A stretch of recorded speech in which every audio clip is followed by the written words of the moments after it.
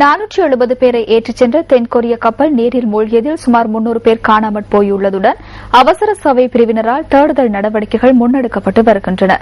179 பேர் இதுவரை காப்பாற்றப்பட்டுள்ளதாக அதிகாரிகள் தெரிவிக்கின்றனர். இந்த கப்பலில் சென்றவர்களில் அதிகளவானோர் உயர்நிலை பாடசாலையைச் சேர்ந்த மாணவர்களாவர்.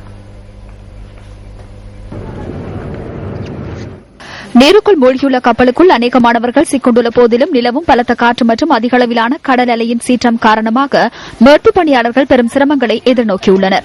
அனர்த்தத்தில் 9 பேர் உயிரிழந்தமை உறுதி செய்யப்பட்டுள்ள நிலையில் 12க்கும் மேற்பட்டவர்கள் காயமடைந்துள்ளனர். தென்கொரியாவின் வடமேல் பகுதியின் இச்சியோன் துறைமுகத்திலிருந்து தென்பகுதியின் ஜெஜு தீவுக்கு சுற்றுலா பயணம் மேற்கொண்ட பயணிகள் கப்பலை இவ்வாறு விபத்துக்குள்ளாக்கியுள்ளது.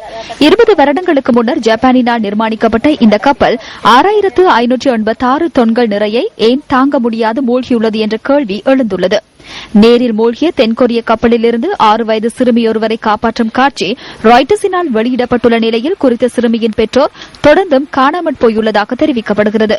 கப்பல் விபத்துக்குள்ளான சந்தர்ப்பத்தில் தனது பெற்றோரிடமிருந்து வான் ஜி யான் என்ற இந்த சிறுமி பிரிந்துள்ளதுடன் அவர் மக்போ வைத்தியசாலையில் சிகிச்சை பெற்று வருகின்றார்.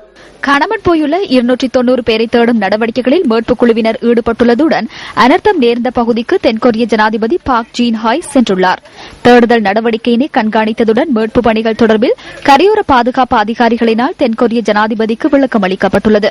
நீரில் மூழ்கிய தென்கொரிய கப்பலின் கேப்டன் அனர்த்தத்துக்குள்ளானவர்களின் குடும்பத்தவர்களிடம் மன்னிப்பு கோரியுள்ளார். அத்துடன் அவரிடம் கரையோர பாதுகாப்பு அதிகாரிகள் விசாரணை மேற்கொண்டு வருகின்றனர். தென்கொரிய கப்பலின் கேப்டன் போலீசாரினால் தடுத்து வைக்கப்பட்டுள்ளதுடன் கப்பல் மூழ்கும் போது இவர் முதலில் தப்பித்துச் சென்றுள்ளதாக தெரிவிக்கப்படுகிறது.